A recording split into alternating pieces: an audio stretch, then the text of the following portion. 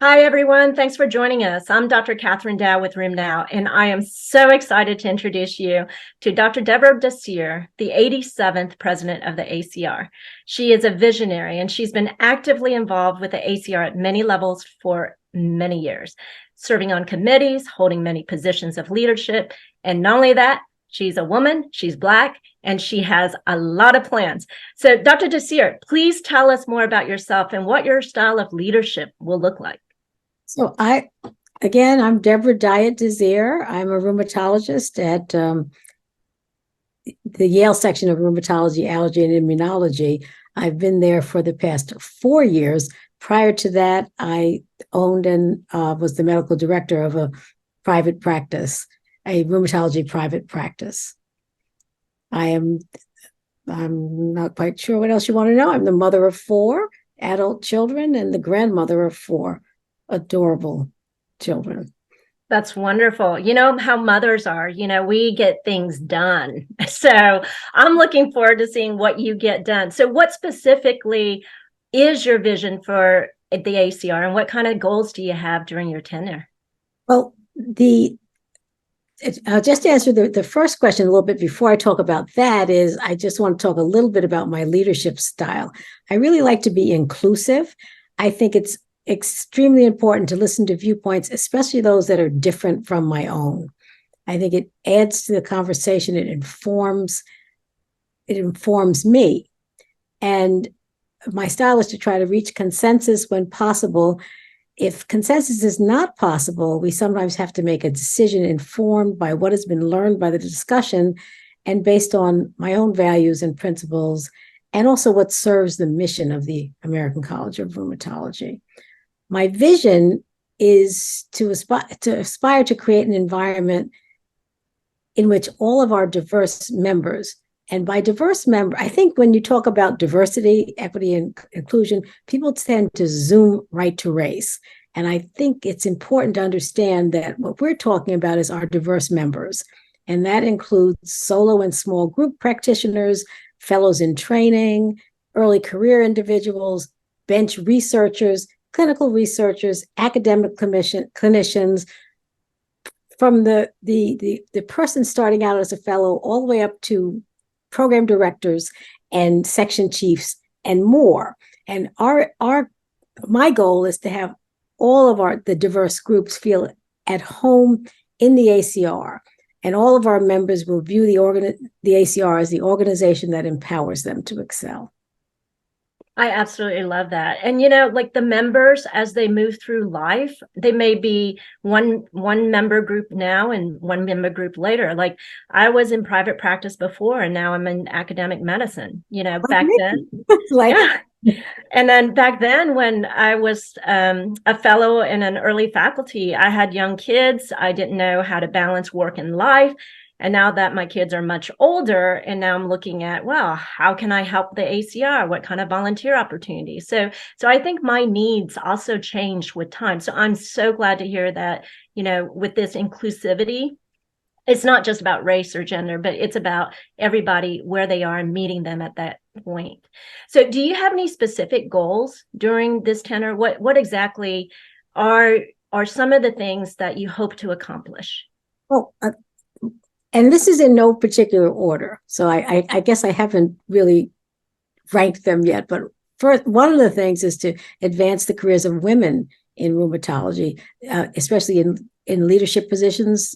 As you know, 66% of our fellows are now women. And I would like to see, we actually have set up a task force, as you know, to try to set up networking opportunities for women in medicine, and just to have resources for them at the college. I think that it's essential that we have resources for solo and small private practices, which are under siege right now. And we actually have those resources already at the ACR. We just need to be a little bit better at publicizing them so that our solo practitioners and our small private practices know that there are resources at the ACR for them. I think we need to continue to advocate for increased funding for innovative research because it's essential to making progress in treating our patients. And one of my passions has always been advocacy. So we want to continue to support the ACR's successful advocacy efforts at the local, state, and federal levels. And then I also noticed that one more thing that you had mentioned when you gave the interview with the rheumatologist is that you're going to be able to collaborate with pharma to help with some of the funding. Is that right? I think that goes to ensuring the fiscal health of the college. All associations are experiencing change. COVID changed everything. It changed every aspect of our lives. And so we need to look at everything we can to try to make sure that the college is fiscally healthy going forth in time. And lastly, I'm sorry. Go ahead. Oh, go ahead. No. I was just wondering how you plan to do that in terms of like partnering with them or how this is going to look. We have a few committees that will be working on that. We have a corporate relations committee.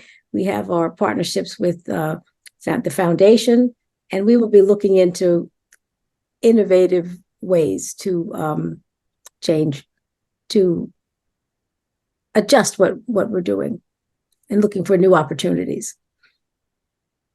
And our committees are already hard at work on that. And lastly, but not least important, we want to be aware of the integration of DEI efforts throughout all of ACR's initiatives. And I like to make sure we add belonging to that so that all of our members feel that they belong in the ACR and that there's a place for them. So how would you ensure that all stakeholders are heard and their needs are met? Well, on some levels, we have to know what those needs are. So we conduct surveys, we hold meetings, including webinars, we engage in forums, and we establish committees and task forces that involve diverse representatives so we can gather input and insights from various perspectives and members. And I think we need to continuously assess and adapt our strategies as our stakeholders' needs evolve, because what may be the needs today, and keep in mind, I'm only in this role for a year, but what may be our needs today may not be our needs 5 years from now, 10 years from now. So we have to try to look forward and predict. Maybe AI can help us with the predictions. That was a big thing at this ACR meeting. AIs for helping with diagnosis and then monitoring treatments and even writing prior authorization appeal letters. So I was wondering also, what can members do to help you during your presidency? What can we do to, because you're planting the seeds, obviously with the tenor being 1 year, you're planting the seeds, but how can we help it to grow? I think that the members can help by being actively participate in discussions when we hold webinars on various topics. Sign in. Sometimes they're late at night when we all want to just, pull down the shades and back away, but sign in and voice your opinions. Engage in some of our initiatives or offer feedback. So we all have survey fatigue, but if a survey goes out, click on it and let us know what you think, and support our collective goals. Advocate for the field. We are available to help you advocate at the local level, at the state level, and absolutely at the federal level. Participate in our educational activities and contribute your expertise. Our members are incredible. They're brilliant. They're at the forefront of almost every aspect of rheumatology. So contribute that to the organization. And 3 words: volunteer, volunteer, volunteer. We're trying to expand. Everybody's busy, and we're aware of that. And we're trying to expand micro volunteer opportunities, but I would say volunteer, volunteer, volunteer. Yeah, and you are such a great example of the servant leader. I mean, everything from, just volunteering with your horticulturist society to, like being so politically active and trying to reach across the aisles that I've just been so impressed with your accomplishments. One And of my favorite quotes from Shirley Chisholm is service is the price we pay, is the rent we pay for our space here on Earth. I absolutely love I'm that. paraphrasing that. That's not exactly what she said, but that's the gist of it. Absolutely love that. So something our viewers don't know is that, and maybe you don't know this too, but you and I both run a Lazarus lab. So this is where I take dead or dying plants and I resurrect them. So do you. So how have your plants fared during your absence from, with all this meeting and everything? Well, I do. I don't know if you know, I have probably approaching 200 houseplants. Oh my God. I won a award from the horticulture section of the Garden Club of New Haven, and part of the prize was a book on propagating plants. And my kids said, "Give me that book. You don't need any more plants." And I am blessed to have a woman who, when we are out of town, comes to water the plants, and she's quite good. In fact, I must admit, since being on the executive committee, I've had her come in when we're even home because there's very little time. But my plants are they're survivors. But I do have a plant. I do have a plant hospital where we put plants with issues, and I almost never give up on a plant. That's wonderful. I like to think, since we have 4 children, I said we couldn't have any more children. I had to grow something. So I started. Well, you heard it here. She won't give up on plants. She won't give up on you. And she's going to advocate for you in every aspect.